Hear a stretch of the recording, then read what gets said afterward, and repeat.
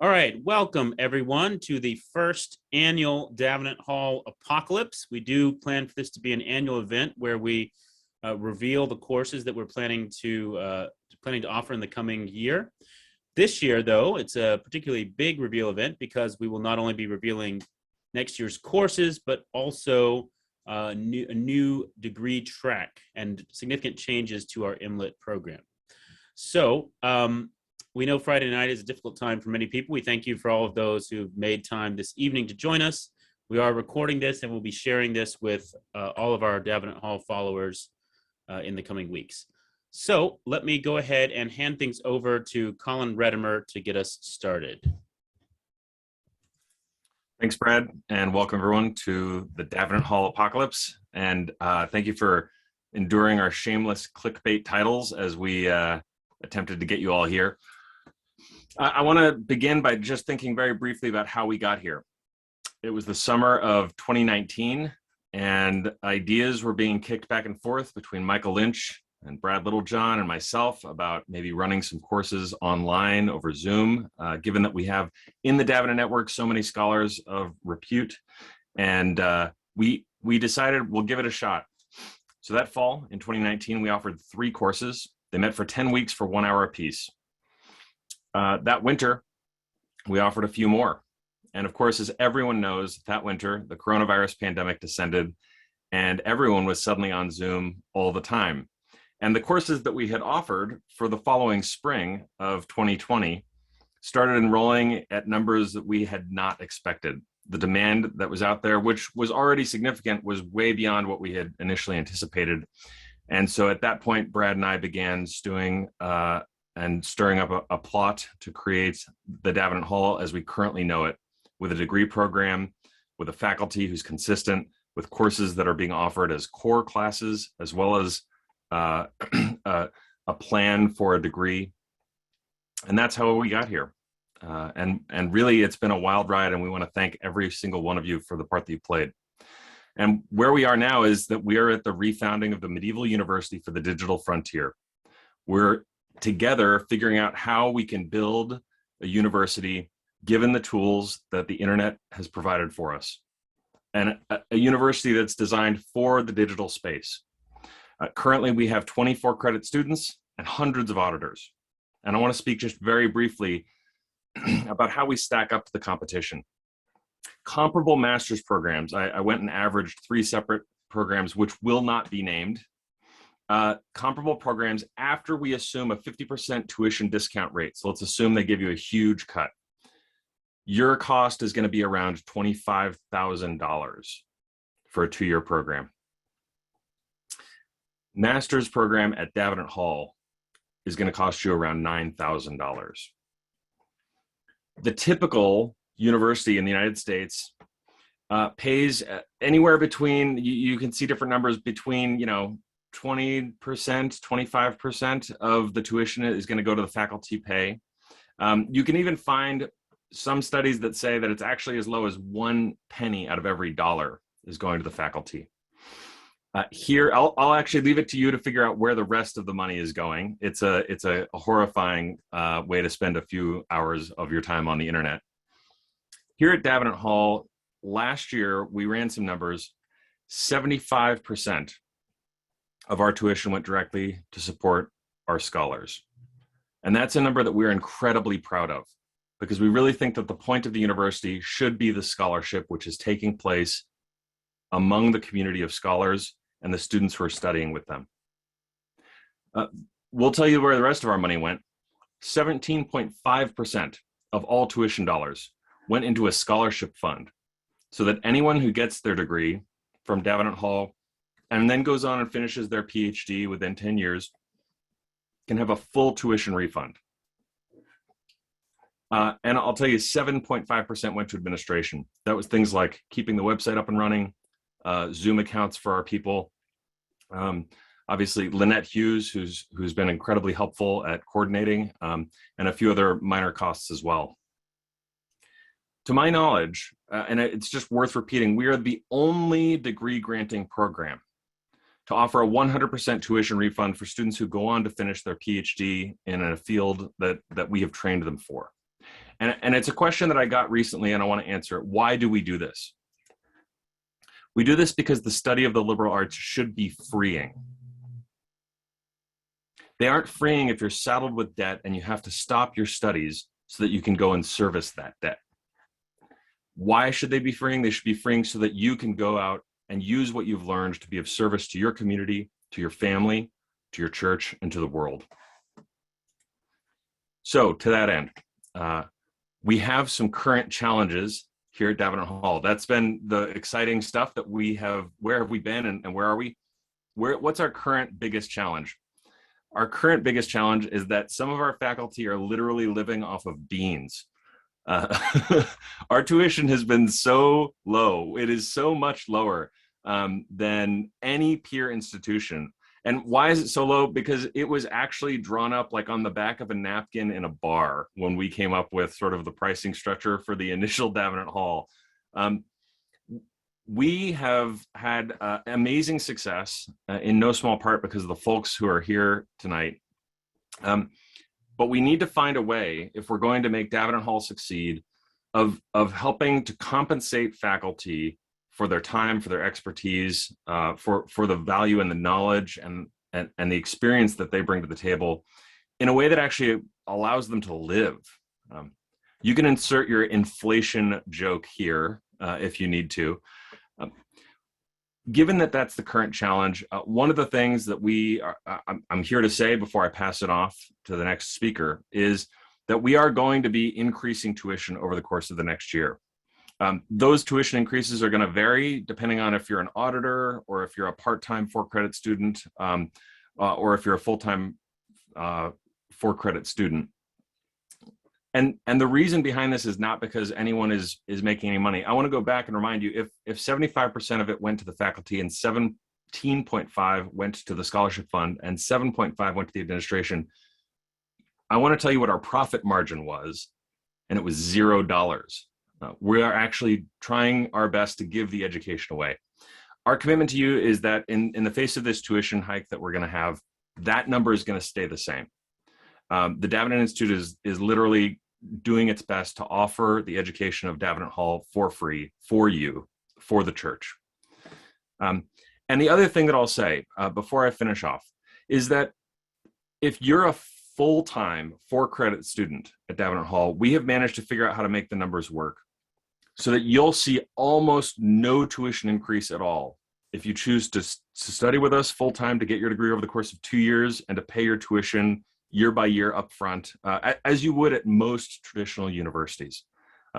To me, this is one of the most incredibly satisfying things I've ever done in my life, is figuring out how to offer this. I want to thank you once more and just say that here at Davenant Hall, where we're refounding the medieval university for the digital frontier, I can't wait to have you join us on this adventure. Thanks. All right. Thank you, Colin, so much for that. All right. Now, it's my privilege to be able to share with you some of the curricular changes that we're making here at Davenant Hall the coming year.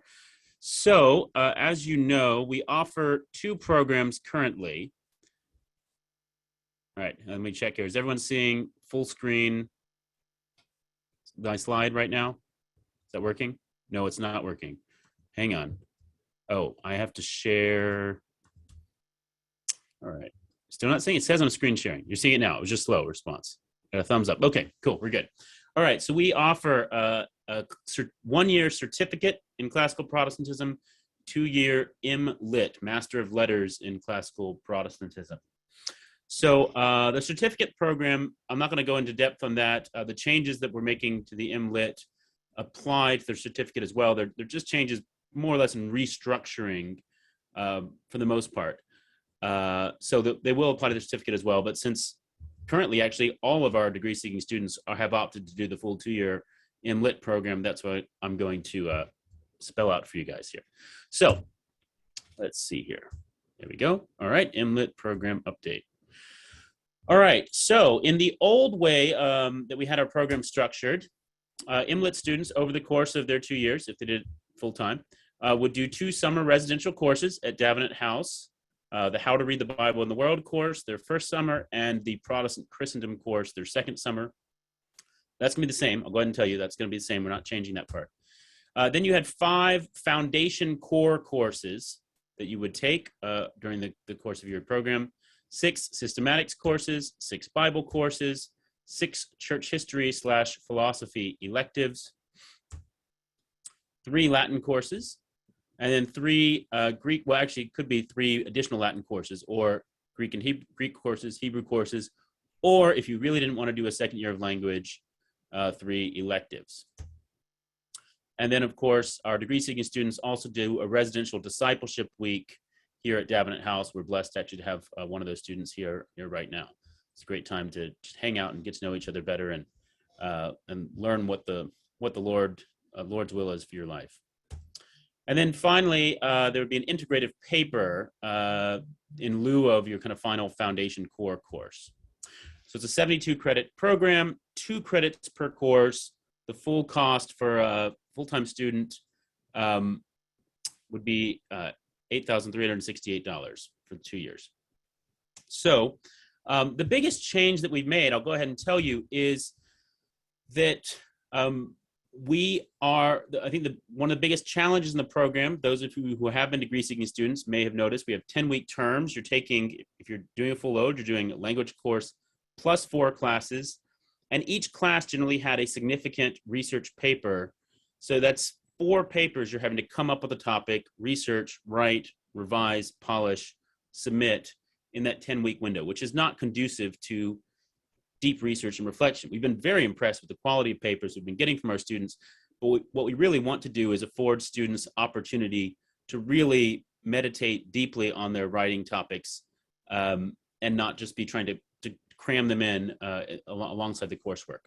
So with that in mind, the biggest change we're making to the program is that courses will standardly be 1.5 credits per course instead of 2 credits per course, and we'll remove the research paper requirement from the courses standardly. There will still be some writing generally. Some courses do an oral exam. The professors have a lot of discretion, but then you'll see. I'll show you what's going to happen, what this freed up for us. So you still have the 2 summer residential courses. And then what we did is we reduced to 1.5 credits, and we're reorganizing in terms of modules. All right, 5 modules that are, the first is, or the first module does not have integrated essays. It should be clear. This is the first, this is a new feature that we're adding, which is lecture series. Okay, so these will be 21-hour lectures that you can watch. All of our courses right now have been live classes. You're interacting with your instructor. This is great for discussing readings and such, but it doesn't make that much sense if it's just a matter of giving a bunch of background information or particularly for like historical narrative, introducing a lot of concepts. There's no reason you all have to be in the same Zoom room at the same time. So what we wanted to do was offer some recorded lecture series that give kind of strong, broad foundations across a topic that you can watch pre-recorded, and then that frees us up to do what the live classes are best for, the kind of close discussion of text with the professor. So we'll have that module. Then you have these 5 other modules, each of which will have 2 integrated essays. 1 integrated essay you will write each summer at the end. All right, so there'll be the Bible module. There will be 1 required course here. So the Natural Law and Scriptural Authority course goes into the Bible module, then 5 Bible electives. At the end of each academic year, you'll write 1 paper synthesizing things that you learned through all your Bible courses that year, and you'll have a lot of freedom in what to focus on, but you'll be able to dig a lot deeper in your writing than you were before. Same thing's going to happen with theology. We're moving one of the core courses, making it a required theology course, 5 theology electives. Then we are expanding church history and philosophy, each get their own modules now, but there are 3 of the former core courses go into philosophy, and then there's 3 philosophy electives. 1, church history is being renamed Christian history to give a sense that it's not just traditional church history courses, but there's a lot of, it's the history of Christian thought and culture, right? So there'll be 1 required, 1 core course that's going to go there. So it's the same 5 core courses, but now they're distributed amongst these topical modules. All right, and then finally you have language and literature. So you'd have, again, you could do 6 language courses, or you could do 3 1 year of language courses and then 4 literature electives. You might say, why 4, not 3? Well, because there's no integrated paper there. So they're just 1.5 credit classes. All right, so that is the structure of the what's going to be the new M.Litt program. And as you see here, the new price for full-time students, if you're able to pay in advance, is $9,998. So we've kept it under $10,000. That was our big goal. All right, so that's exciting enough. I think that new students coming into the program will find this a lot easier structure to work with, and it's than they would have otherwise. Students who are currently in the program might be worrying a little bit, how does what I've done so far map onto this? Don't worry.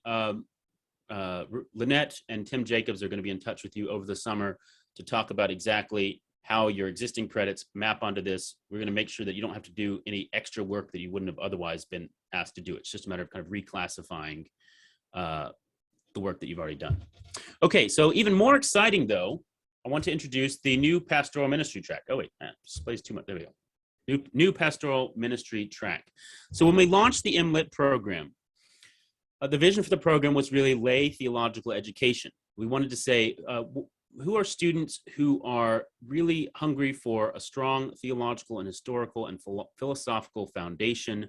They're coming out of college, recognizing that they need this foundation for the next stage that God's called them to, whether that's in many cases as a Christian educator, maybe it's going on to further graduate study. Maybe they're considering pursuing the ministry, but they're not sure if that's what they want to do at this point. And formerly, they might have gone and done an MAR program at a seminary. We want to say our program, we think, is a better option for many of those students than that would be. So that was originally the idea, program for lay people. But we had many people asking us, saying, we had a number of pastors, a lot of pastors who take our courses as continuing education. And we had people asking us, why couldn't I do something like your program instead of a seminary program in preparation for pastoral ministry? And we had professors saying to us, I have students interested in going to the ministry. I'd like to recommend your program to them. Do you have something geared in that direction? And the biggest thing we said is, well, to be trained to be a pastor, you need to be trained very practically on the ground in the skills of pastoring. And that's not something we can do. But on the other hand, there are lots of seminaries now that are offering entirely online degrees. And so they're not doing that in their seminary degree either, right? The practical formation has to be done elsewhere. So we said, how can we design a program that gives prospective pastors what they need academically, and then partner with pastors, churches, dioceses, groups like NextGen pastors that you're going to hear about in just a minute. How can we partner with them to make sure that they're getting the mentorship and practical skills they need for ministry? So with that in mind, what we're launching next year is a pastoral ministry track of the M.Litt program. It is basically broadly the same as the regular M.Litt program. You see here all the same things, okay? Except we then add a moral theology for counseling degree. So you take some of the courses that you're doing with us in natural law and Protestant moral theology, which is going to be a new core course, I should mention, Protestant moral theology, and you apply how does this tradition of Christian moral reflection help a pastor think about the task of counseling? There'll be a classical rhetoric course for preaching, okay? Learning the skills of speaking and writing and communicating well and applying those to the work of preaching. There'll be an exegesis for preaching where you take a lot of the stuff that you're doing in your Bible courses and you specifically applying that to how do I preach the Bible well. And then there'll be an integrated paper where you kind of take what you've learned in those courses and apply it to what you've learned in your kind of practical mentoring on the ground. As I said, there's a mentorship element, and then there will be 6 tradition-specific courses. So we don't want to just educate pastors to pastor a sort of a church of nowhere. We want to educate pastors in their theological tradition. So we're going to be launching here it is. This is 78 credits, okay, and slightly more expensive, the additional credits, but basically the same program. All right, so the tradition-specific courses will be in 2 tracks initially. We'll have an Anglican Studies track and a Reformed and Presbyterian Studies track, all right? The Anglican Studies track will have an Anglican Church History 1 class, Anglican Church History 2, 39 Articles class, an Anglican Theology class, which will be kind of rotating focus, so just studying in depth the thought of one or a few key Anglican theologians, an Anglican Polity class, of course, and an Anglican Liturgy class. Similarly, Reformed Presbyterian track, we'll have a Continental Reformed Church History, a British Reformed Church History, a Reformed Confessions class, a Reformed, and that'll be rotating. We'll have different confessions spotlighted different years. Reformed Theology class, also rotating focus, Reformed Polity, and Reformed Liturgy. And then the hope is to be able to offer, roll out perhaps a Baptist Studies track in the near future and expand from there. So that is the basic idea of our M.Litt Pastoral Ministry program. And I should note these tracks, we haven't exactly mapped out what this is going to look like, but we've had some people ask already. I'm not wanting to do the pastoral ministry program. Maybe I'm just a deacon, or or in a Reformed church. Maybe I'm a lay elder. But I'd like to take the kind of set. I'd like to take the Anglican Studies track, or I'd like to take the Reformed Presbyterian Studies track.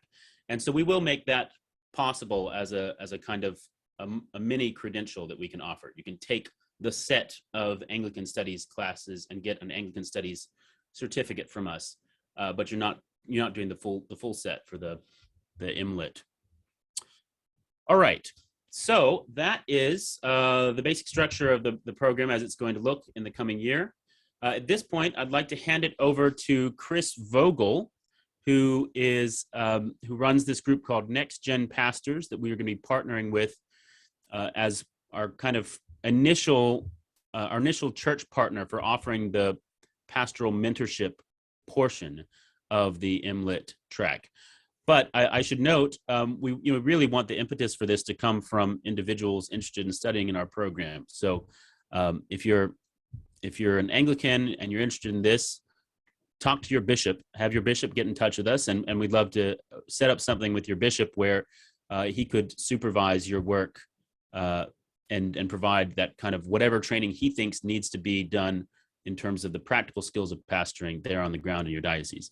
So the NextGen Pastors Network is going to be one key resource for you, but if you don't have that one of their cohorts in your area, talk to your pastor, presbytery, bishop, and we'd be happy to try to work something out with them. All right, with all that said, I'd like to go ahead and hand things over to Chris. Well, thank you. Glad to be able to be with you this evening. Just give you a little background on what NextGen is. It's a relatively new ministry, but just considering the kind of the state that we are in right now, that enough of the studies have shown that pastors are on the brink of burnout, or well over the brink. 38% are considering quitting ministry, according to one Barna poll, was up 9 months from a similar survey done 8 months before that. Other data just shows that pastors are not doing well in well-being. Spiritual, physical, emotional, vocational, financial well-being is in jeopardy. Matt Bloom from Notre Dame published a work recently through the Lilly Foundation called Flourishing in Ministry, in which he linked resilience, authenticity, thriving, and economic sufficiency to pastoral well-being, but finding that nearly 25% of pastors find life very challenging, dealing with burnout, with shame, guilt, decline in physical health. They're often referred to as the walking wounded. And the next 25% is just a hair's breadth better and not much more. Part of the difficulty is we operate oftentimes in a context of isolation. Even the language that we use to talk about the ministry of a pastor, of a shepherd, often can be very separating from the shepherd to the sheep. Along with that, issues in church politics, whatever they are, can be often very difficult and damaging. Distinguishing between allies and confidants makes it always a challenge.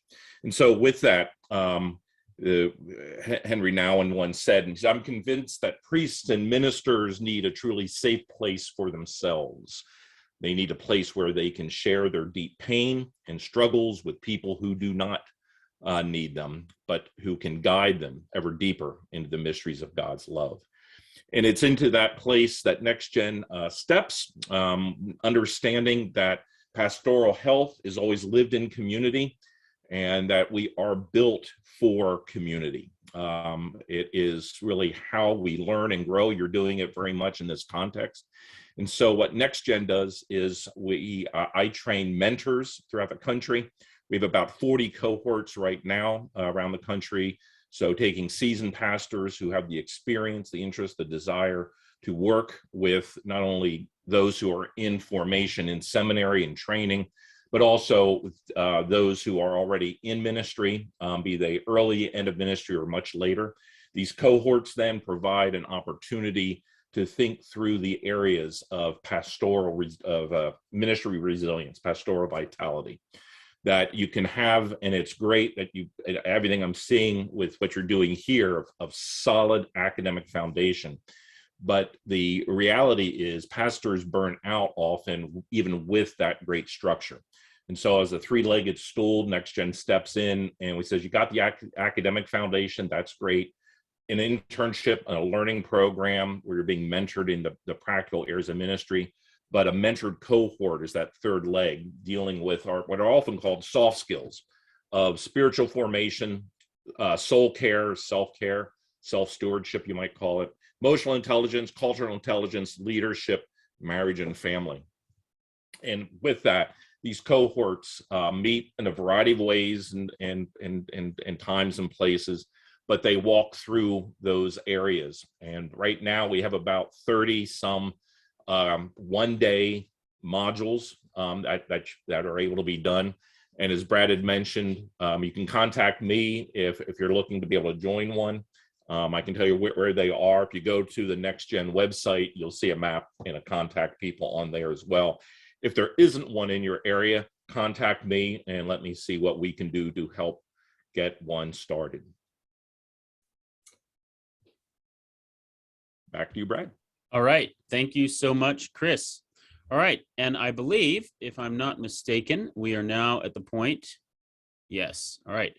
So if you have any questions about anything we've said so far, just save them to the end, or you can go ahead and post them in the Q&A section if you don't want to try to remember it until the end, and we'll be sure to try and answer it then.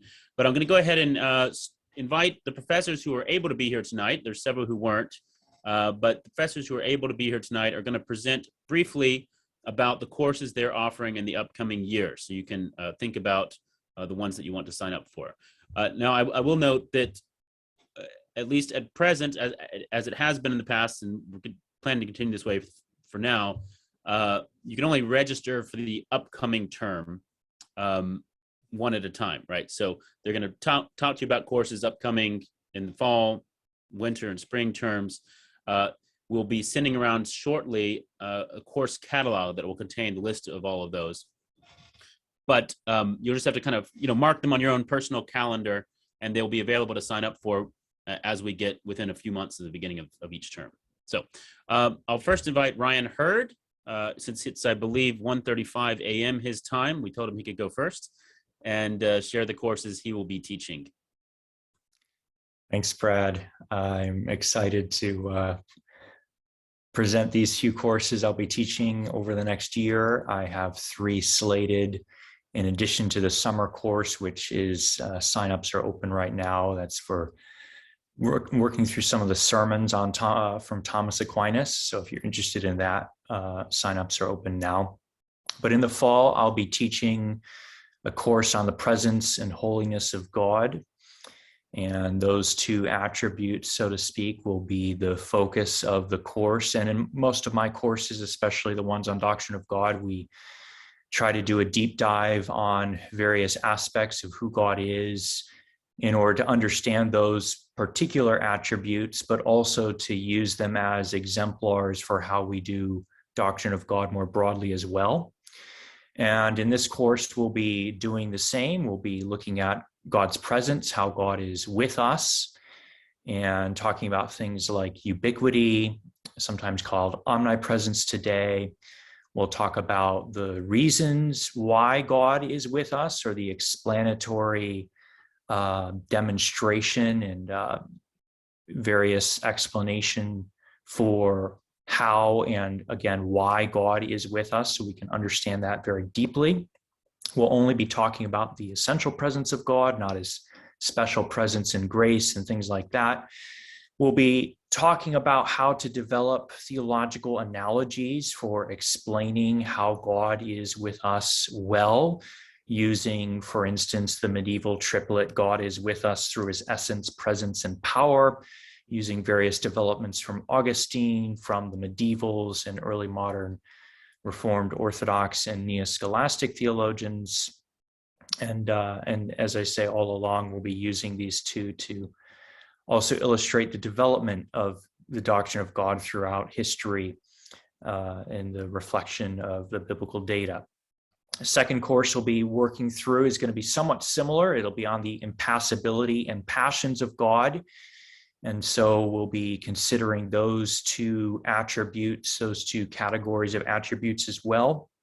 Impassibility, where we say that God is not passible, or the things that he has, the things that he is, the things that, so to speak, he experiences in his intra-Trinitarian divine life are not dependent or receptive on his part, but rather wholly active and alive. And then on the flip side, the fact that God also has many passions.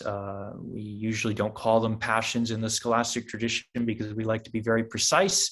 We would probably call them today things like emotions. And when we talk about the emotionality of God, we're going to have to make a number of distinctions, of course, to recognize the difference that God is from the creaturely state of affairs, but nonetheless, we want to preserve within the various negations we make the positive elements where we say God is angry at sin, God is sad when we're in pain, God delights in the righteous and things of that sort, and how to preserve the genuine truth and meaningfulness of those types of statements. Those of you who are generally aware of doctrine of God today in the wide world recognize there's usually two camps, impassibility and no passions, or no impassibility and yes passions. And we'll talk about how the current bipolarization on those two sides of the coin, so to say, are partially correct and partially wrong. We have to say both, and we have to do so very carefully. So we'll be working on that. And then the third course will be a course on the person of the Holy Spirit. The person of the Holy Spirit is, of course, famously difficult to gain some understanding of who he is distinctly from the Father, from the Son. One of the very early things that we say about the Holy Spirit is that he's not the Son, and that starts us off a little bit, but doesn't get us very far. We have to continue to reflect on what God has said in Holy Scripture and recognize various proper aspects that pick out him as distinct from Father and Son. And in order to do that, we'll be looking at a lot of the classic exposition of who the Holy Spirit is by way of names, the divine names tradition, particularly the names love and gift, which are the traditional, particularly Latin West, but also Greek names for the Holy Spirit. We'll be looking at Augustine, we'll be looking at Thomas, and also the development of that in later periods as well. We'll be working on other symbolic names, which have aspects of negation that have to attend their concept, but nonetheless allow us to give further understanding of who this person is. And again, similar to the other courses as well, we'll use the doctrine of the person of the Holy Spirit as illustrative for how to do the doctrine of the Trinity more broadly as well. So those will be the three courses: fall, spring, and then late spring that we'll be offering next year. All right, your sound went out from me, Ryan, but I think it's just me. Can everyone else find everyone hear me? Okay, great. All right. So I forgot to mention, I have here a taboo buzzer, and we agreed that anyone who went over 90 seconds in their presentation for their course would get buzzed and muted. So Ryan, I think you were over 90 seconds in your middle one, but I think it all averaged out okay. But everyone else, you will be subject to the buzzer. All right, so our next presenter is Matt Colvin, who will be telling us about his Bible courses. Hi, I'm only going to talk about the one Bible course coming up for this summer. And I think I see a relation of my student, Margaret Stewart's. So hello to the Stewart's family. And I see that the buzzer was only brought out for me and not for Ryan. The course I'm offering is the fruit of 20 years of research into the origins of ordination and office in the New Testament. And it's going to be, Lord willing, finished this summer. Working title is Like the Man Himself. Over the 8 weeks of the summer course, here are the questions we're going to try to answer just to whet your appetite and get your imagination going. What happens when a man is ordained? Does the bishop is feeling his head to see if the man has brains enough to preach? No, but what does the laying on of hands do in Second Temple Judaism and Rabbinic Judaism? Why does 1 Timothy 4 speak of the gift that was given you by prophecy with the laying on of hands of the presbytery, while 2 Timothy 1 speaks of the gift of God which is in you by the laying on of my hands? So who laid hands on Timothy? How do we reconcile those? Are Timothy and Titus bishops? What is their relation to Paul? Why is Ignatius so all-fired concerned that his readers do nothing without the bishop? Is the church based on the synagogue? And did the early church ordain women? All these questions and more in pastoral epistles and ecclesiastical polity.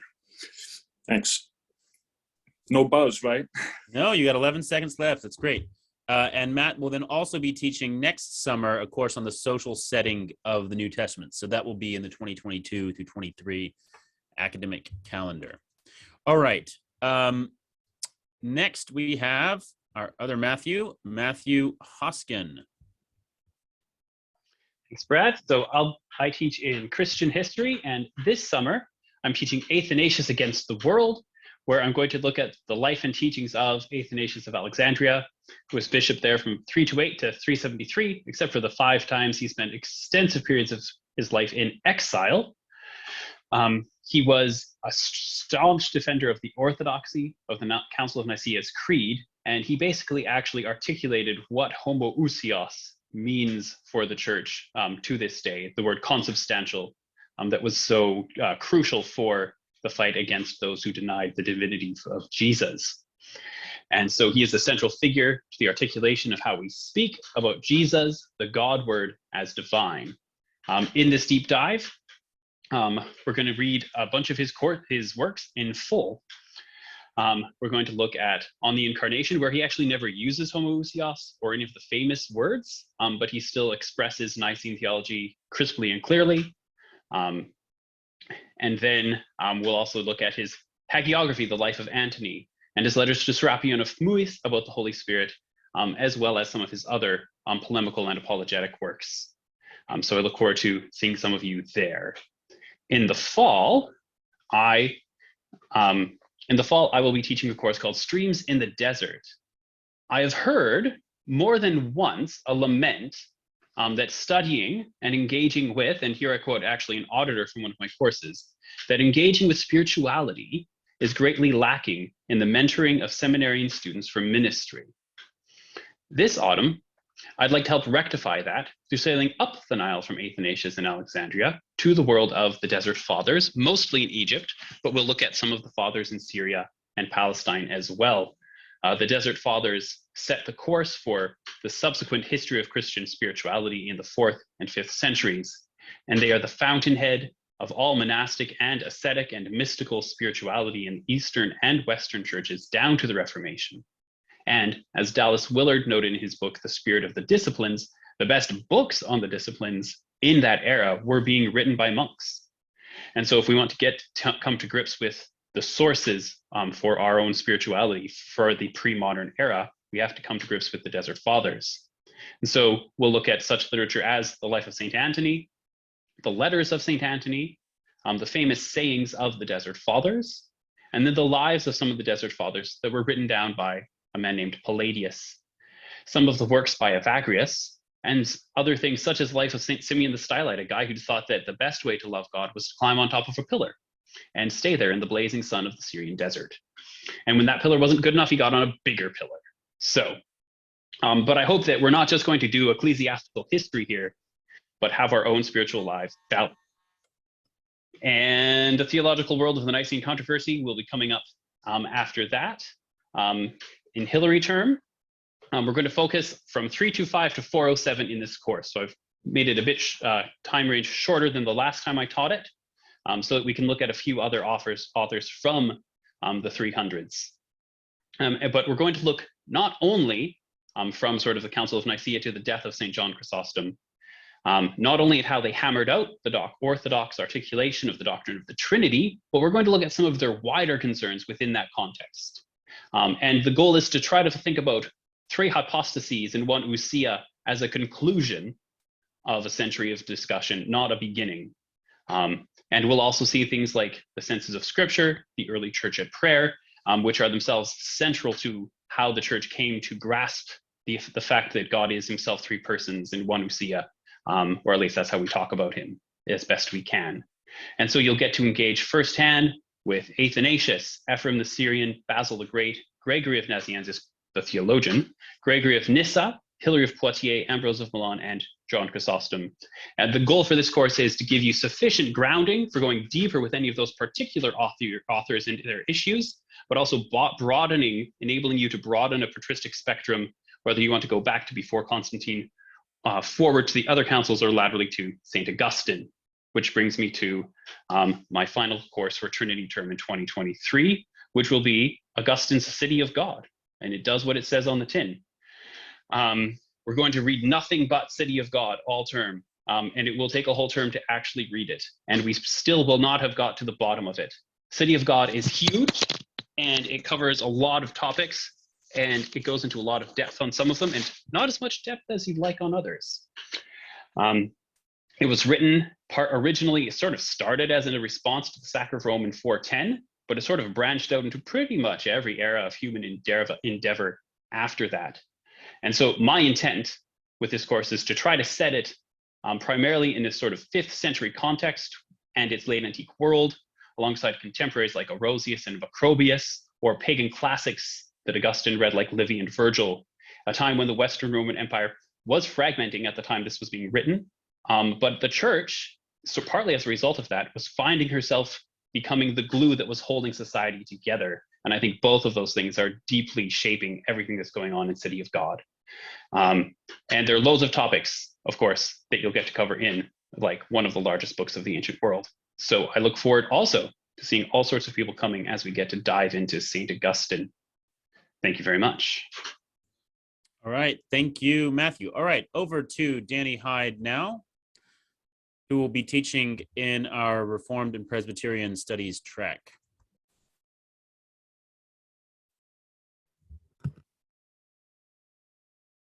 You're muted. You're muted, Danny. How's that? There you go. Better? All right. Suffering for the Lord today at 63 degrees. I told Lynch that in the chat. So cold for us. Thanks for having me. Fall course on early Reformed confessions. The reason why I chose early Reformed confessions is that we normally talk about confessions, 3 forms of unity and Westminster standards, and I've sort of been there, done that. So this will be fun for us to dive into some more early confessions to see where some of those threads of theology come from, and then also dealing with some more lesser known sort of regional confessions of faith, consensus Tigerinus, dealing with the Eucharist issue, and trying to see how various regional Reformed churches brought some unity on that particular issue. So early Reformed confessions, that's in the fall. And then next spring, Reformed Church Polity. And again, normally seminary education talks about the kinds of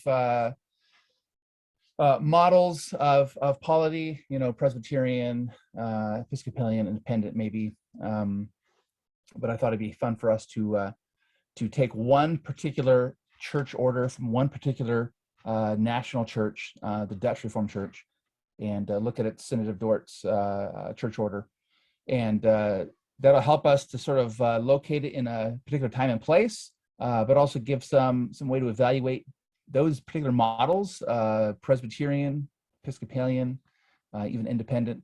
What are the relationship between the various officers, ordained clergy, lay people in the church, national, regional, local assemblies of churches, liturgy, sacraments, ceremonies, discipline. And then also the Synod of Dort gives us some interesting thoughts on relationship between magistrate and church governance, so-called church and state. That'll be fun, and you get your real two kingdoms theology. All right, thank you so much, Danny. Looking forward to that. And now over to Jason Lepoyarvi. Thank you. Are you making me co-host?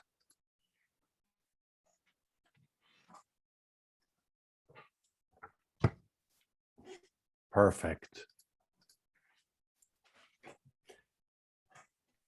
Well, I teach in theology and literature. This year I'm teaching two courses, or I taught two courses, one on Chronicles of Narnia and one currently on J.R. Tolkien. Next year, I'll be teaching at least two courses. The first one is this, C.S. Lewis's Theology of Love. He claimed there were four loves, but is this really true? And what exactly is love? The common denominator of all four. Why does love make us vulnerable? Why do we cry when our friends die? Does erotic love aim at the happiness of the lover? And does that make eros selfish? When does love turn into idolatry? These questions and more like them will be addressed in this brand new course on C.S. Lewis, in dialogue with both ancient thinkers of love, like St. Augustine, and modern thinkers on love, like Anders Nygren, both of whom Lewis disagreed with on important questions on love, in dialogue with two guest lecturers and supported by Oxford-style tutorials. We'll be reading The Four Loves, of course, and Till We Have Faces, along with other shorter works by and about C.S. Lewis. This is in Michaelmas term this fall. The second course is called Christian Women Intellectuals of the 20th Century. I'll be teaching this in Hillary, so starting in January. This is also a brand new course, and it addresses key questions in theology, in philosophy, and ethics. For example, women in the workplace, on vocation, ordination, marriage, divorce. Big changes took place in those areas in the 20th century. Contraception and abortion. These themes will be looked at, discussed, analyzed through the lens of three 20th century Christian intellectuals: Dorothy L. Sayers, here depicted with a cigarette, everyone smoked back then; Joy Davidman, the wife of the famous C.S. Lewis; and Elizabeth Anscombe, the famous Christian philosopher, Catholic philosopher, who debated C.S. Lewis when she was in her 20s, and also in dialogue with an all-female bibliography. Two guests, both of them Christian, both of them professors, both of them women, and of course, Oxford-style tutorials. All right, thank you so much, Jason. All right, next up we have, I believe, Michael Lynch.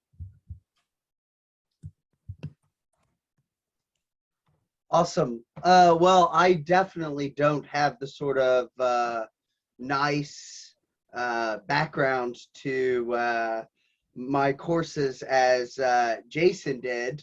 And I definitely want to take all of Jason's courses, so maybe I should just sign up as a student instead of a teacher. Anyways, I have 3 courses that I plan on teaching next year. One is for the Michaelmas term, or the fall term, as Presbyterians probably would like to call it, because we're Presbyterians and we don't believe in holy days or holy terms or anything like that. The first one is Intro to Reformed Scholasticism. This is a course I've never actually taught before, but I've wanted to do it for some time. I should notice in it's Michaelmas, I don't know. Anyways, I don't know how you pronounce that, how Anglicans pronounce that stuff. Anyways, I'm a Presbyterian. We just call it fall. Sorry. In this course on Reformed Scholasticism, I plan on doing a multitude of things, some of which will look at secondary literature and some of which will look at primary literature. Medieval scholasticism, we'll have to get a sense of what it is that medieval scholasticism was all about. And then we'll move on to the debates between the humanists and the scholastics in the early modern period, particularly in the 15th and 16th centuries. We'll look at the rise of Reformed scholasticism, which coincides with the rise of the universities, and the universities particularly run by Reformed theologians and Reformed magistrates. We'll look at the pedagogy and training of early modern scholastics.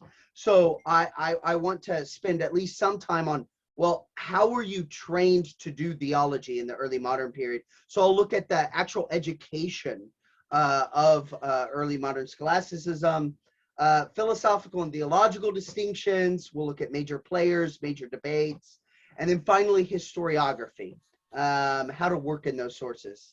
I'm about to get buzzed. I've been buzzing. I think the mic must think that the buzzer noise is like I'm too loud for the buzzer, and it's so I'm too loud for the buzzer. It's Next, I'll look at the history of American Presbyterianism in the Hillary term, or as some Presbyterians would have called it, winter. We'll begin at the Reformation, especially in England and Scotland. We'll move to the colonies and the founder of American Presbyterianism, Francis McKimmey. We'll focus on the First Great Awakening, the old side, new side controversy. We'll look at American Presbyterianism in the early Republic. Of course, we'll cover the Second Great Awakening and the old and new school controversy. We'll look at the split between the church during the Civil War and the origins of the PCA and OPC. Also, we will not miss all the science and modernism debates that happen in Presbyterianism that kind of provide the background to all of that. Finally, see, that was going to be shorter, Brad, and even this one's going to be even shorter. Finally, in the Trinity term, also known as spring, we will offer again a course. So this will be the second time I've taught a course on free choice in the early modern period. If you've taken that course already, you will know that we'll look at how Reformed theologians tackled the question of free choice, noting that, of course, they held to it. Secondly, we'll look at how their answers draw on the tradition that was bequeathed to them in the medieval and patristic tradition. We'll describe how their position related to Arminianism, Lutheranism, and Roman Catholicism in particular. Finally, we'll discuss, actually in more detail than I did the last time, because I've been doing a lot of research in this on this topic in particular recently. We'll look much closer at the question of physical pre-motion and how some early modern Reformed theologians address that question. All told, if you take my courses, what you're going to get is about 45 minutes of me ranting, just like I did now, just in a lot smaller form or a lot shorter form. And then you'll get about an hour on the text that we read, Q&A, just discussion about it. If you don't like that stuff, feel free not to take the course. But if you do, if that's up your alley, you will get the same sort of energy that I bring at present. all right. Thank you, Mike. And yes, Mike's rants are legendary. All right. Oh, I'm next. Goodness. Okay, great. Right. So I will be teaching next year three courses. Two of them, well, I would say let me just do in chronological order. So the first Michaelmas term, I will be teaching, as in the past, the Natural Law and Scriptural Authority class, which is part of our core. It's now part of the Bible module requirement. In the past, I have co-taught this course with Alistair Roberts, and he thinks that I am I've been sort of his Padawan in his part of the course, and he said that I'm now ready to become a Jedi Knight and teach his material for him. So this course, Natural Law and Scriptural Authority, we basically ask the question, can Protestants love natural law too? And we answer, yes, Protestants can love natural law too. We look at the history of the natural law tradition, the way the reformers grapple with it. Of course, we read some Aquinas, we read some Calvin, we read Richard Hooker, we read some Niels Hemmingsen, who you may not have heard of, but you should have. So we're doing a lot of reading of these historical primary texts, but at the same time, each week we are also working our way chronologically through, or we're working our way through the text of Scripture from Genesis to, I think the last one is in Colossians, looking at how Scripture itself talks about man's created nature, how it, the way in which the fall impacts that, the way in which the law of the Old Testament is rooted in nature, the way in which the book of Proverbs and the wisdom literature is appealing to the natural order, the way in which the prophets are both challenging fallen reason, but also showing how to reason well. And then again, looking at how the New Testament, Sermon on the Mount, is Jesus overthrowing the natural law, or is Jesus confirming the natural law, et cetera, et cetera. So that's a very exciting course. Again, I've taught that with Alistair in the past. I will be teaching both my portion and his portion this time. Okay, second, in Hillary term, I will be co-teaching a course with Tim Jacobs here on Protestant moral theology, which is an all-new course that we're offering as part of the theology requirement.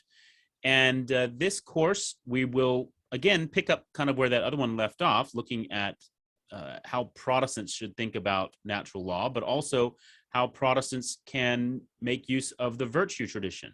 Again, the virtues, this is an area in which many times you'll read that Protestants don't have room for the virtues in their ethics. Tim begs to differ, and I very much agree with him. We'll also, very crucially, though, be looking at questions of what is Christian liberty. This is, if you want to talk about Protestant moral theology, what makes it quite unique, perhaps, is this focus on Christian liberty, but very often misunderstood. So we'll look closely at what the doctrine of Christian liberty does and doesn't mean, how the free conscience relates to authority, and of course, we'll look at the role of the law in Protestant theology and some of the tensions between maybe Lutheran and Reformed on the three uses of the law, looking at the way in which Protestants, especially the Reformed, used the Decalogue as a way of summing up moral theology. All right, finally, in Trinity term, I will teach, as I have the last 2 years, I'll be teaching the Reformation and the Modern World class. I'm hoping, I don't know whether it will be ready in time, but I mentioned earlier, the redesigned M.Litt program will have these foundational lecture series in which you'll be able to listen to 20 pre-recorded lectures. I will be doing one on Reformation history, and the idea of that is to free us up in the Reformation class to focus much more on just wrestling with the texts. As it is, that class is sort of divided between historical narrative and wrestling with the theology of the period. So I want that class to be able to focus much more on Reformation thought and the impact of Reformation thought. And if you want to know the narrative, what happened in the Reformation, you'll be able to use the lecture series. We'll see if that's ready. But regardless, in that course next year, what we'll get is a wrestling with folks like Brad Gregory, who say the Reformation gave us all these bad things about modernity and messed up metaphysics, messed up epistemology, etc. And we will look closely at the late medieval context, at the writings of the Reformers. Why was the Reformation necessary? How was the Reformation a movement within the one Catholic Church, a reforming movement within the Catholic Church? rather than something fundamentally new? And how did the dramatic changes the Reformation introduced, how did they shape the modern world, both for good and for ill? And we want to push back against narratives that want to blame Protestantism for everything that went wrong. We want to celebrate Protestantism's contribution to everything that went well. But we also want to kind of parse out, how do we think about things like the rise of religious liberty, the rise of the market and the individual, and how those relate to the Protestant Reformation. All right, I don't think that I went over at least averaged among those three, but I am done now. So over to Joe Minnick. All right, can you guys hear me? Yep, good. Okay. Well, I'm teaching each of these semesters. I'm teaching the Presbyterian semesters, probably, I guess, along with Michael Lynch, since I'm in the PCA. But I'm teaching 3 courses. One of them will be offered twice. In the fall forthcoming, I'll be teaching our approaches to defending the faith course. This is probably the most analogous to just a straight up apologetics course that we teach. You'll go over the various schools of apologetics and that sort of thing. But largely what it is an opportunity to look at just interesting intellectuals who tried to defend the faith in interesting ways in the 20th century. So we read a little bit of Henri de Lubac. We read this interesting, quirky guy, Luigi Giussani, on the religious sense, a Roman Catholic philosopher in the middle of the 20th century. And then we read a little bit of Bavinck and a little bit of Lewis on miracles. And we both attend to what is unique and interesting and persuasive about their particular approach to defending the faith, but also try to learn from them the craft of defending the faith. So a lot of the focus is on the rhetoric. What is de Lubac's rhetoric, and especially when we get to Lewis and miracles, how is Lewis arguing? How does he appeal to persons? Notice, what he's doing in this chapter and that, his intro and his conclusion, in order to, present a case for the Christian faith that is adequated to the whole person, not just a precision of argument, which you want, and we want to focus on good, precise arguments, but also how to wrap that argument, you might say, as it were, with the fragrance of Christ so that it appeals to the whole person. How do you develop an apologetic approach like that? So that's approaches to defending the faith. Some very interesting texts. We have a lot of fun in that class. After that, next up would be philosophy for theology. I'm teaching that in the winter, and then I'll teach it again in the summer.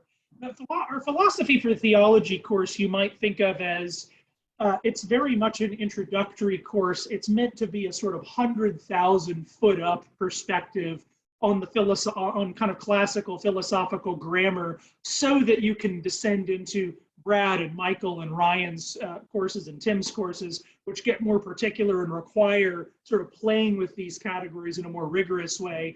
But this is, as it were, a first introduction to the toys and how to play with them a little bit. In the 10 weeks, we go over metaphysics, epistemology, anthropology, and ethics. And we try to just say, here's 3 weeks on metaphysics, here's 2 weeks on epistemology, here's the big picture of what you want to know. And then when you go to the other courses, the rails are greased, as it were, of the imagination. So that when you get to the others, you're able to kind of have them made in you, as it were, those categories made in you a little firmer. So I'm in a way playing surrogate to my brethren in that course. But it hinges to the third course I'm teaching. The last class in the last session in philosophy for theology is actually a little class, a session called Philosophy as a Way of Life. Hey, we're not just memorizing all these categories here. Philosophy in the ancient world and in the early Christian understanding was a whole life, a way of relating the whole person to the whole of reality, in a sense, with Christ as the climax of that reality. And what we want to do then, I'm going to be teaching a course called Philosophy as a Way of Life, which is, you might think of as a sequel to Philosophy for Theology, in which it's worth caveating here, just so you are all aware, philosophy as a way of life will functionally overlap in its content with what will become our ways of knowing lectures. Those just don't exist yet. So this is how we do it. And so philosophy as a way of life is mostly on the craft, you might say, of being philosophical, of asking philosophical questions. How do you as a single person take datum from the world of experience, from the world of culture, from history, from theology, from philosophy, from ethics, all those kind of swirling threads, and gather them together into a singular insight? And how do you adequate your soul and develop a character that actually moves toward the truth and is open to the truth, is open to the repentance in some ways required to gain the vantage point of soul, to really see the world well. And so philosophy as a way of life is really about crafting a philosophical Christianity in practice. And yeah, so that's the third course I'll be teaching, and then philosophy for theology again. So I guess that's it for me. Yep. Thanks, Joe. And yeah, so Joe's philosophy for theology class, we think it's so important to have that philosophical grammar for so many of our other courses that we offer. That's the only one that currently we offer twice a year. So it will be offered this summer term. I'll put the link in the chat box. That one is available to register for now, or again in Hillary term. Now over to Tim. Sorry, muted myself. Tim Jacobs, our newest, or one of our newest faculty members.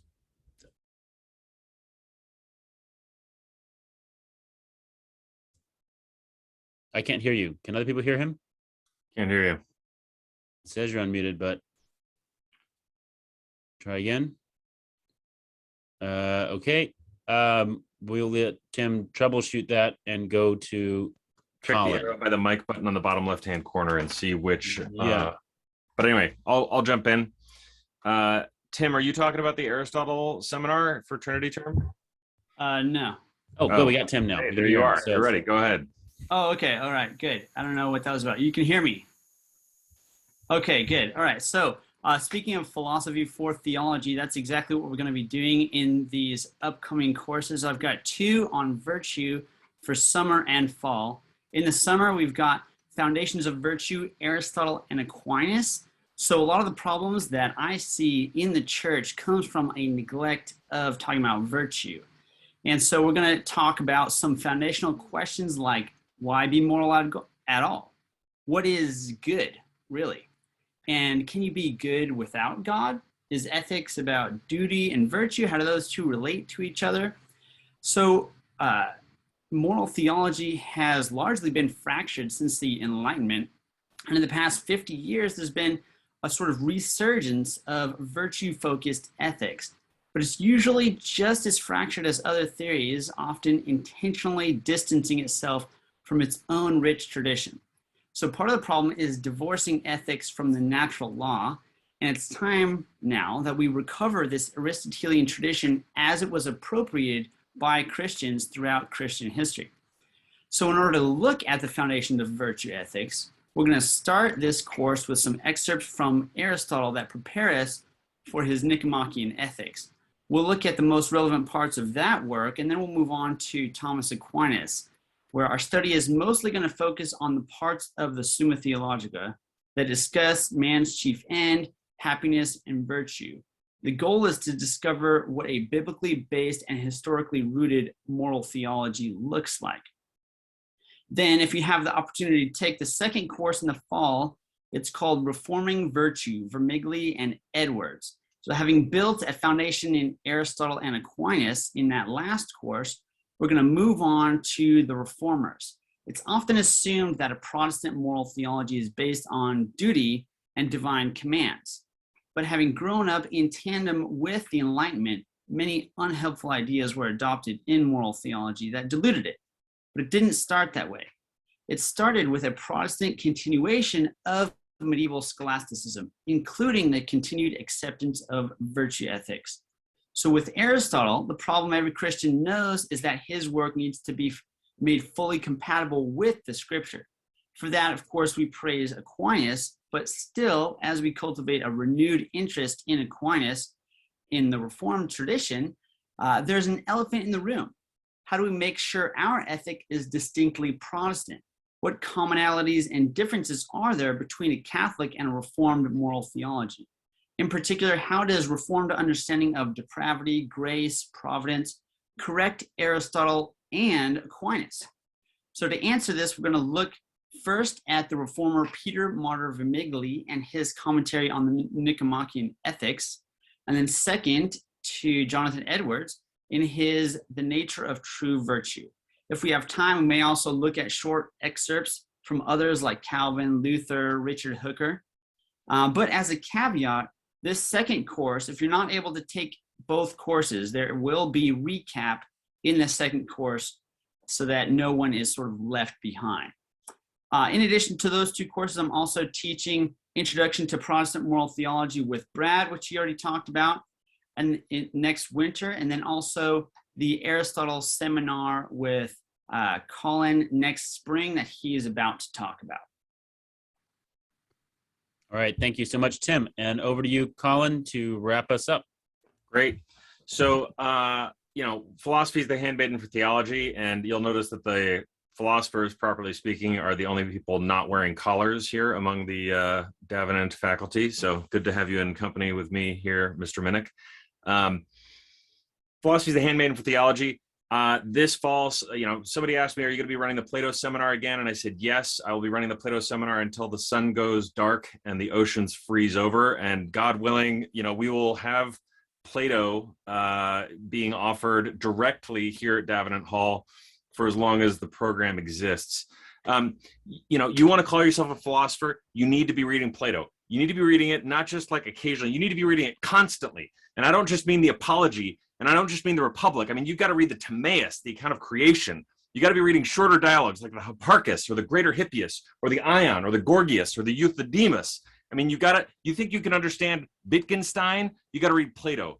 Get your head around Augustine, you got to read Plato. You're confused by Heidegger? Actually, Plato, nobody can really help you with that. You want to get into Thomas? Well, you got to read Plato, okay? Trouble tracking with C.S. Lewis? Plato. It's Plato, people. Plato Seminar 3 coming this fall. Then in the Hilary term, as we say in the American West, we'll be doing the Nietzsche seminar. It'll be the first iteration of that. We'll be studying the genealogy of moral, beyond good and evil, birth of tragedy, thus spoke Zarathustra.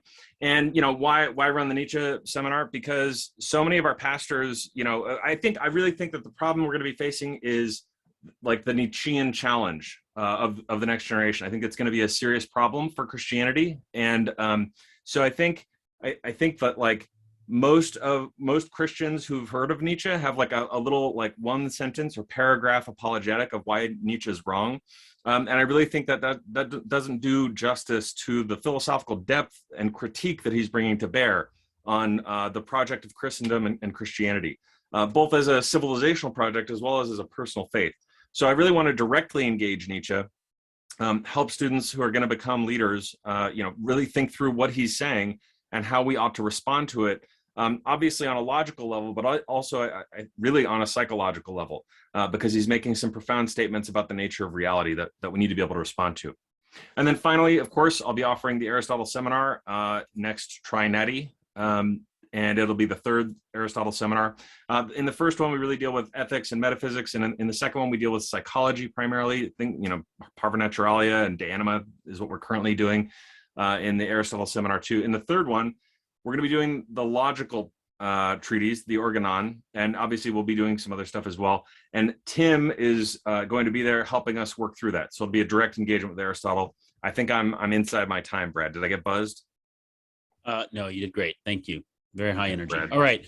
I just want to say a brief word about those who are not able to be with us tonight. You may think that all that Davenant Institute cares about is philosophy, and we do get criticized for that sometimes, but that is a misperception. In this case, we do care about philosophy very deeply, but we've had our Bible teachers underrepresented tonight just because of other engagements. In Michaelmas term, we're going to have Dan McManigal teaching on covenant theology in redemptive history for the Bible module. And then Hillary and Trinity term, Alistair Roberts should be rejoining us. And he will be teaching in Hillary term on Exodus and the shape of biblical narrative. Of course, he literally wrote the book on this subject, Echoes of Exodus. If you haven't read it, you should absolutely read it, but you should wait and read it with him in that course.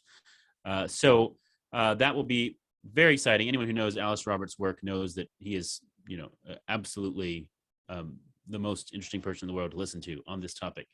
And then, drum roll, Trinity term, Alistair will be teaching a course on a biblical theology of the sexes. So if you, like me and most of the rest of the Western world, have been waiting for near a decade for the appearance of heirs together, you may have to keep waiting, but at least you will be able to get a version of it in the Davenant Hall course, Biblical Theology of the Sexes, which I should tell you, Alistair was texting me the course description of at 10:30 p.m. Why isn't he here? What's wrong with this guy? Yeah, I know. He got married on Saturday, but to his credit, 10:30 p.m. the night before his wedding, he was texting me the course description. So, all right. So that's for Bible courses. Regrettably, I talked about our Anglican Studies track. Neither of our Anglican Studies profs were able to be here tonight. One of them is on a pilgrimage, I believe, on the Santiago de Compostela trail. And that is Reverend Dr. Victor Austin, who will be teaching 39 Articles class in Hillary term. Reverend Dr. Charles Erlandson will be teaching Anglican Church history. Since Matthew Hoskin taught, before we had thought about this program, Matthew Hoskin taught the Church of Medieval England course this academic year. We'll be kind of picking up Anglican Church History 2, Reformation onward, or post-Reformation. And then in the future, we'll have kind of a cycle, medieval and Reformation, Anglican Church of England, and then post-Reformation. What else? Who isn't here? I think that's, Anthony Cirilla, of course, who teaches literature courses. He will be teaching Trinity term, a course on nature and grace, William Wordsworth's Theological Poetics, and then next summer term, George Herbert's Pastoral Poetics. So a full course catalog of all of these offerings will be circulated. I'm thinking within a couple weeks, should be able to download the whole thing on via PDF, possibly as early as the end of next week. Note, of course, that the further out you get in time, the more asterisk there's attached. Some courses get retitled, replaced. New courses will probably get added, particularly for summer term next year. But most of what you have heard here tonight, I would expect the vast majority of what you've heard here tonight should go forward, at least assuming that we have students who sign up for it. So, which we've generally have very high success rate with that. So that is all the course offerings. I'm also excited to note our new Davenant Hall website, brand new, davenanthall.com. Right now, if you type in davenanthall.com, it redirects to a part of the Davenant Institute website.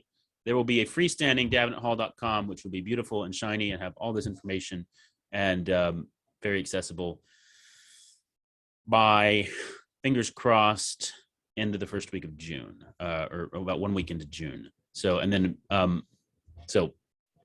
if you want to look up any more of this information, that will be the place to go. All right. Handing it over to Justin Redimer now to wrap us up, and then we will go into Q&A until about 9 o'clock if necessary. So. Thank you, Brad. Thank you, everyone, for being here. Really appreciate you guys joining us for this apocalyptic event. The unveiling, as it were, of the coming year of Davenant Hall. And just want to, first of all, thank all of you who partner with us for your support, for joining us on this mission to renew and revitalize the American church by resourcing the riches of classical Protestantism. You might have gotten an email today. We are going to be launching an end of fiscal year fundraiser this year for building an army of friends. The idea that we have here is that more than simply like a monetary help, the real purpose of Davenant is gathering together the community of saints to really move forward as a body. And in order to do that, we have to recruit new members. So what we are asking everyone to do, beyond giving, which we would obviously love for your generous support, none of this is possible without your support.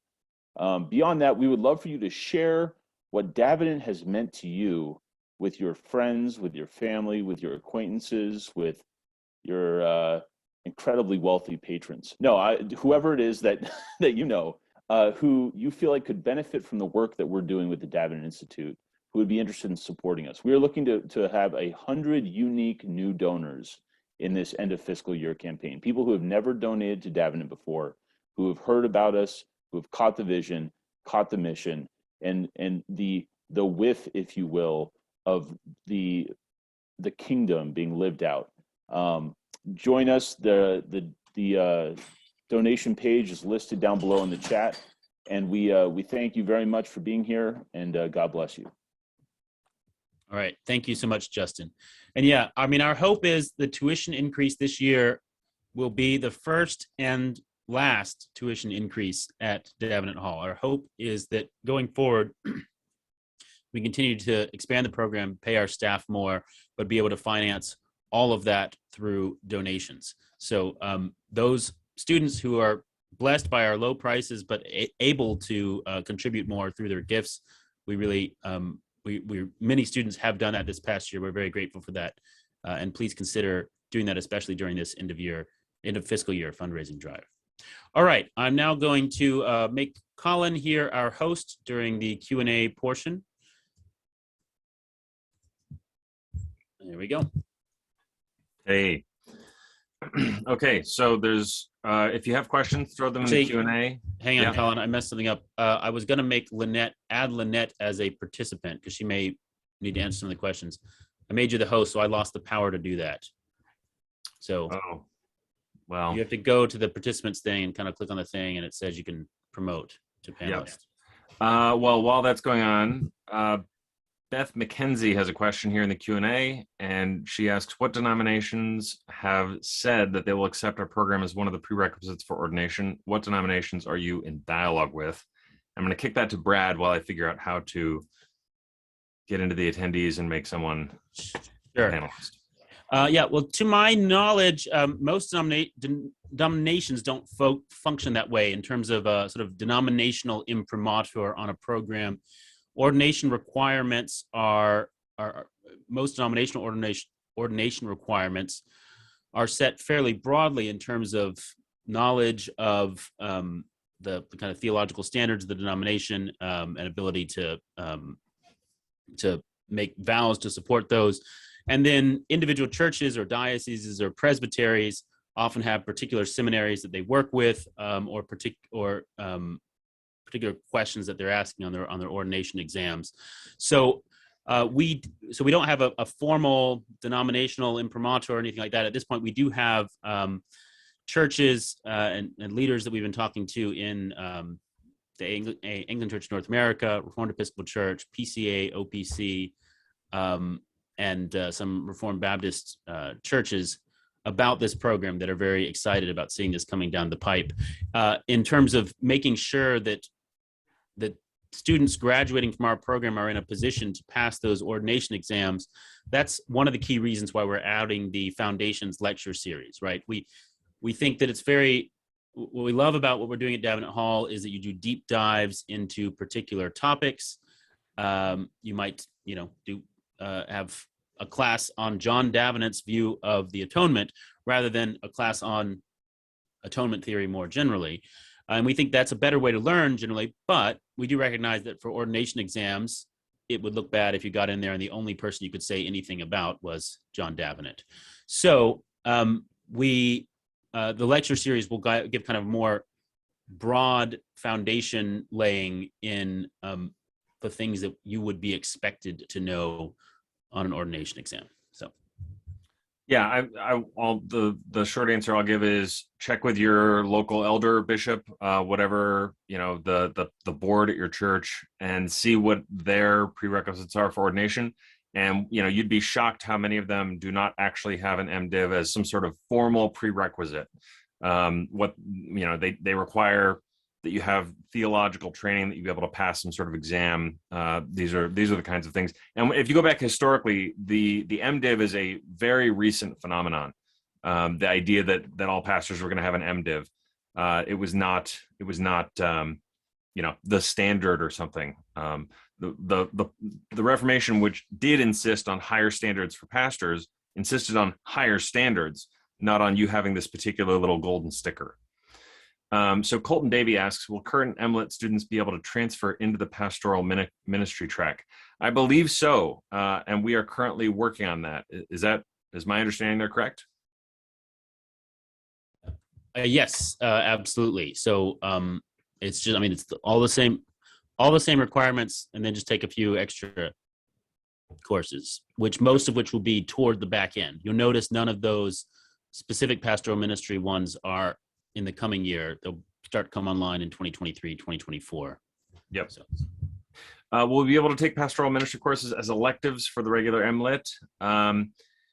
I think in some cases it would probably be possible. So for example, if you're taking like an Anglican history course as part of your church history sections, and so it depends a little bit, whereas the rhetoric course seems like it would be harder to figure out where to fit it in. But it's an interesting question. Brad, do you have a? Yeah, I mean, I think it's one thing I didn't make super clear on the presentation, which is the tradition specific courses, right? The tracks, the Anglican studies track, for instance, those are not additional requirements. They are specifications, right? So the Anglican church history 1 and 2 count for 2 of your general church history requirements, and so on and so forth. So those definitely anybody can take. There'll be one of the church history options available that term. So, or Christian history, is what we're calling it. But the class of rhetoric for preaching, moral theology for preaching, exegesis for preaching, probably not. You can always audit. Certainly, you can audit them, but I don't think they would be able to count toward general M.Litt degree requirements. So. Can they count as actual electives in the electives? There's the elective section though, in lieu of another language.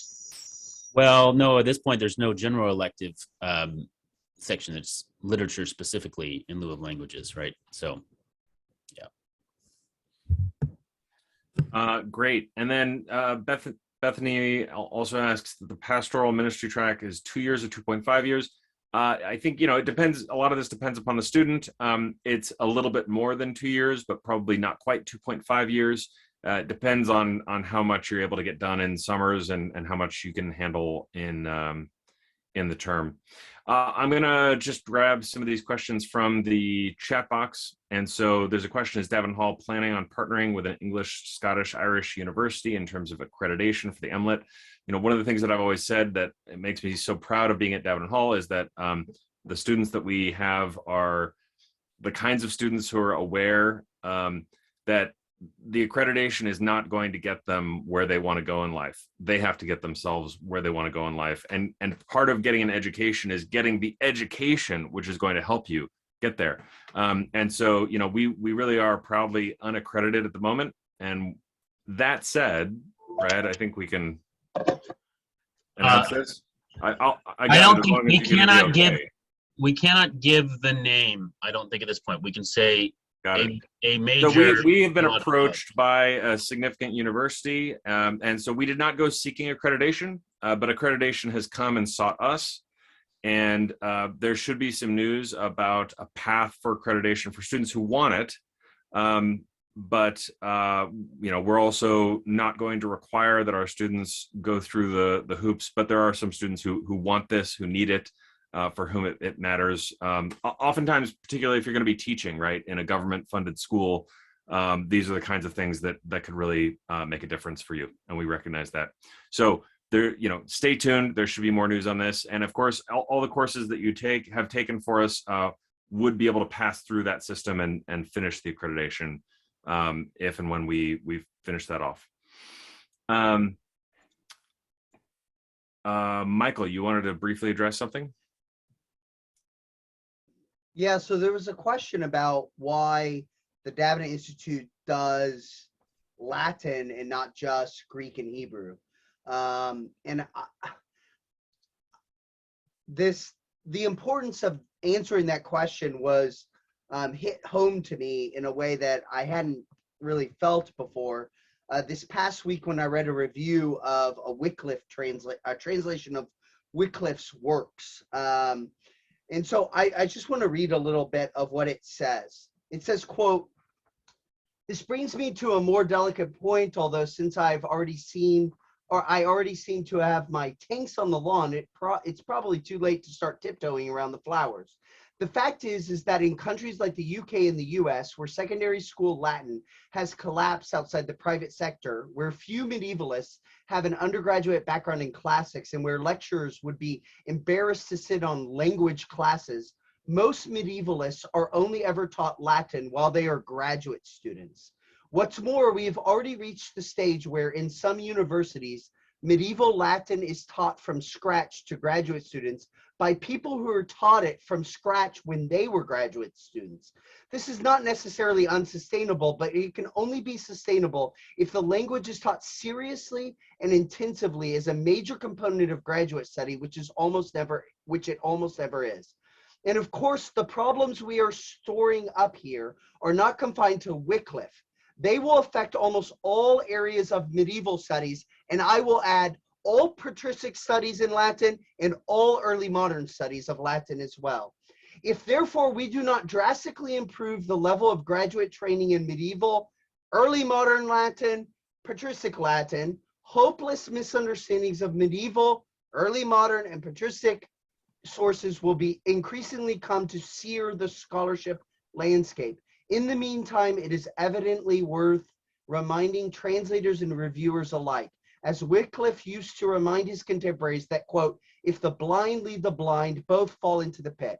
Here's my point. After reading the end of this scathing review of a terrible translation of Wycliffe by two different translators, including that was signed off by Cambridge University professors, Manchester University professors, and all sorts of things. It is scathing. Here's the point. We have a heritage that has been bequeathed to us that is largely in Latin from the patristic, medieval, and early modern period. If we do not bequeath Latin to people like you who want to learn it and want to read those sources, we just won't have that literature. And that literature is humongous. Most people have no clue about how much has been untranslated. 99.9% has been untranslated, and like 0.1% has, right? So if we do not pass this on, we are all in big trouble.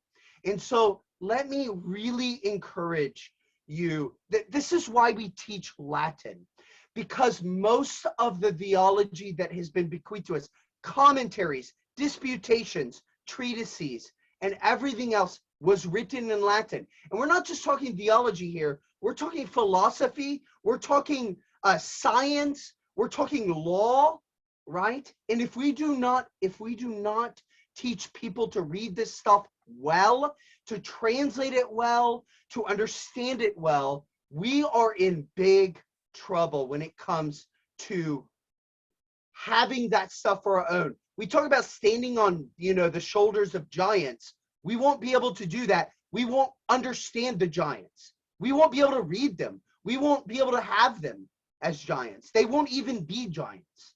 They won't even exist. So that's it. My TED Talk style production is over. Thank you, Michael. That was excellent. And we're getting close to closing out. I'm going to answer some of these questions sort of lightning speed round. And if you have more, let's just throw them in the chat box because people are having trouble with the Q&A thing. So one in the Q&A is there a required timeline to finish if I pursue the M.Litt part-time?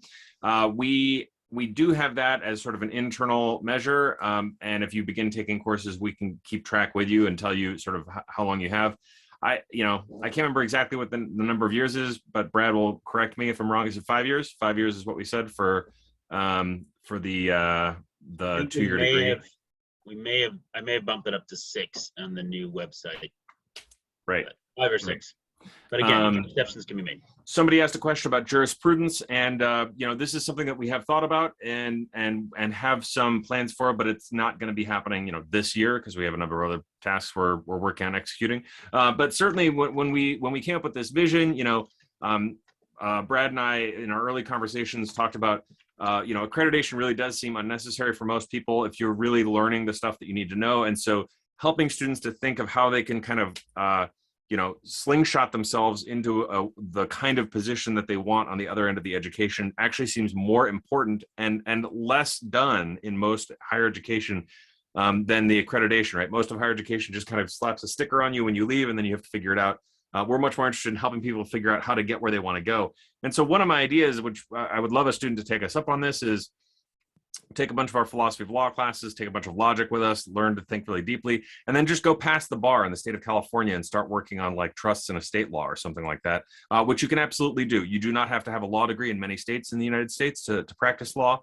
We have had many lawyers come through our classes to think about natural law, the relationship of their work, often sometimes even in the federal government, and their faith, and how those things work together. So there is some thought about this. Is there any other questions that I'm missing? All right. Well, with that, on behalf of the Davenant Institute, I just want to say thank you so much for coming to the Davenant Apocalypse. We are going to be posting this recording later on for you to watch if you want to just watch it again and again and again, because it's just that much fun.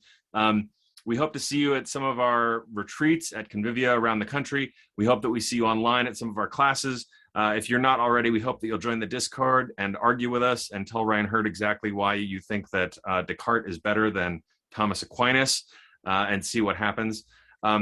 We'll see you out there on the digital frontier. We are the Davenant Institute. We advance and renew Christian wisdom for the contemporary church. This is Davenant Hall, which is a refounding of the medieval university for the digital frontier. And we will see you out there.